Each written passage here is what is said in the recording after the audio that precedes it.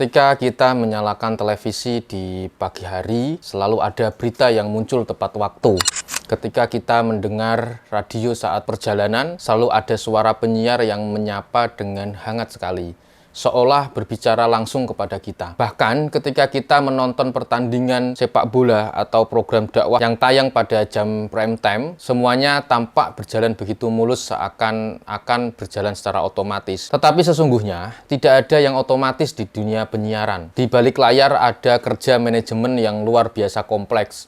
Ada orang yang menentukan jadwal, ada tim yang menyusun program, ada divisi yang mengatur iklan, ada produser yang memastikan isi tayangan sesuai dengan aturan, dan ada manajemen yang menggabungkan semuanya menjadi satu kesatuan. Inilah dunia yang akan kita masuki bersama, dunia manajemen lembaga penyiaran. Simak video ini sampai selesai.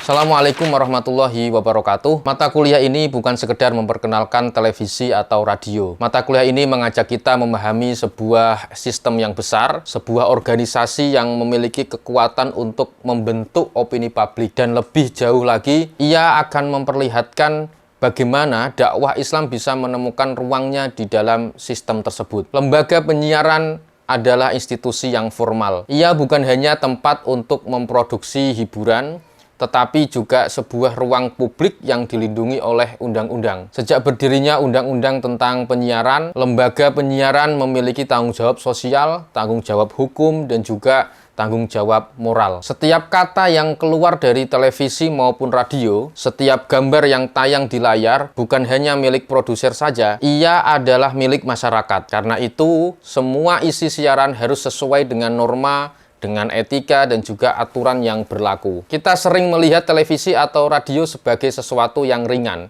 Tapi kalau kita telaah lebih dalam, sesungguhnya ia adalah salah satu alat membentuk peradaban yang paling besar di zaman modern. Mari kita ambil contoh sederhana. Satu khutbah Jumat mungkin hanya didengar oleh ratusan jamaah. Tapi sebuah khutbah yang ditayangkan melalui televisi nasional, ia bisa dilihat atau didengarkan oleh jutaan orang sekaligus. Bahkan lebih luas daripada itu. Rekaman khutbah itu bisa diputar kembali, disebarkan ulang, atau bahkan menembus batas negara. Disinilah kita menyadari bahwa lembaga penyiaran adalah panggung yang sangat besar. Panggung yang bisa digunakan untuk kebaikan, tapi juga bisa disalahgunakan untuk kepentingan sempit dan kepentingan pribadi. Saudara-saudara, teman-teman mahasiswa, mata kuliah ini akan menuntun kita memahami 3 hal besar. Pertama, kita akan belajar tentang regulasi. Bagaimana hukum mengatur lembaga penyiaran, bagaimana kode etik siaran bekerja, dan mengapa ada konten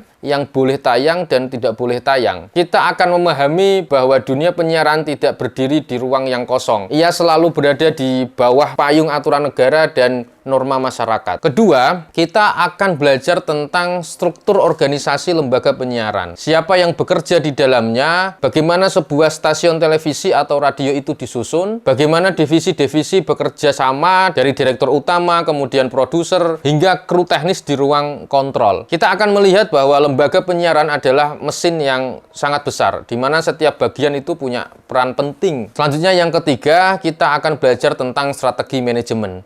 Bagaimana program itu disusun, bagaimana jadwal siaran ditentukan, bagaimana sebuah acara dakwah bisa mendapatkan slot di televisi, dan bagaimana cara mempertahankan audiens di tengah persaingan ketat dengan hiburan-hiburan yang lebih populer. Saudara-saudara, jika kita berbicara tentang dakwah di lembaga penyiaran, kita berbicara tentang sesuatu yang jauh lebih kompleks daripada sekedar berceramah. Seorang dai bisa sangat fasih ketika ceramah di mimbar, tetapi jika ia tampil di televisi, ia harus siap dengan aturan durasi, aturan penampilan, dan seterusnya. Tidak mungkin khutbah yang biasanya 1 jam dipindahkan begitu saja ke layar televisi. Harus ada pengemasan ulang, harus ada manajemen konten, harus ada strategi komunikasi. Disinilah peran manajemen menjadi penting, karena tanpa manajemen, dakwah di penyiaran akan gagal bersaing. Ia akan kalah oleh program hiburan yang dikemas dengan menarik, ia akan kalah juga oleh program berita yang disajikan dengan begitu cepat. Manajemenlah yang membuat dakwah tetap relevan, tetap menarik, dan tetap sesuai dengan aturan siaran. Saudara-saudara dan teman-teman semuanya, perjalanan mata kuliah ini juga akan memperlihatkan kepada kita bagaimana lembaga penyiaran itu menghadapi tantangan zaman. Hari ini, kita tidak bisa lagi berbicara tentang televisi dan radio dengan cara yang lama. Kehadiran internet, media sosial, dan juga platform digital telah mengubah wajah penyiaran secara drastis sekali. Banyak orang sekarang lebih suka menonton YouTube daripada televisi. Banyak anak muda lebih akrab dengan podcast daripada radio. Apakah ini berarti lembaga penyiaran kehilangan peran? Tidak, justru sebaliknya. Televisi dan radio kini sedang bertransformasi. Mereka belajar hidup berdampingan dengan media digital. Mereka membangun platform online sendiri, menayangkan siaran melalui aplikasi, dan berkolaborasi dengan media sosial. Dengan kata lain, penyiaran hari ini tidak hanya ada di udara, tetapi juga ada di dunia digital. Dan inilah tantangan besar bagi dakwah.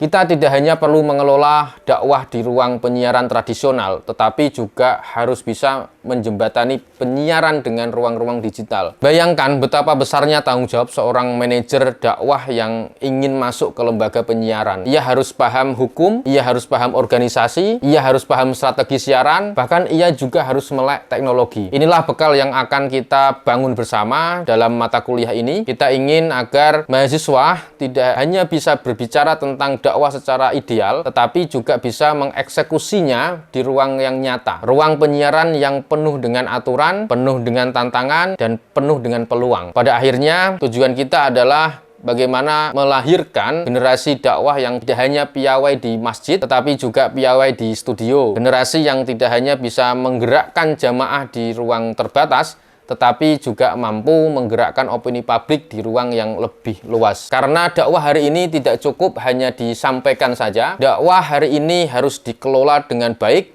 dakwah hari ini harus masuk ke dalam sistem yang menguasai jutaan pasang telinga dan juga mata. Dakwah hari ini harus hadir di lembaga penyiaran. Teman-teman dan saudara-saudara sekalian, inilah yang akan kita telusuri sepanjang 1 semester ke depan, sebuah perjalanan panjang yang akan membawa kita memahami dunia penyiaran, dari hulu sampai kepada hilir, dari regulasi organisasi, strategi, hingga etika. Saya berharap mata kuliah ini bukan hanya memberi kita pengetahuan, tetapi juga menyadarkan kita betapa besar amanah dakwah di dunia penyiaran. Amanah untuk menjaga agar lembaga penyiaran tidak hanya menjadi mesin hiburan saja, tetapi juga bisa menjadi ruang pencerahan. Mudah-mudahan dengan pembelajaran ini kita bisa menjadi bagian dari generasi dakwah yang profesional, yang strategis, dan juga penuh dengan tanggung jawab. Saya cukupkan. Assalamualaikum warahmatullahi wabarakatuh.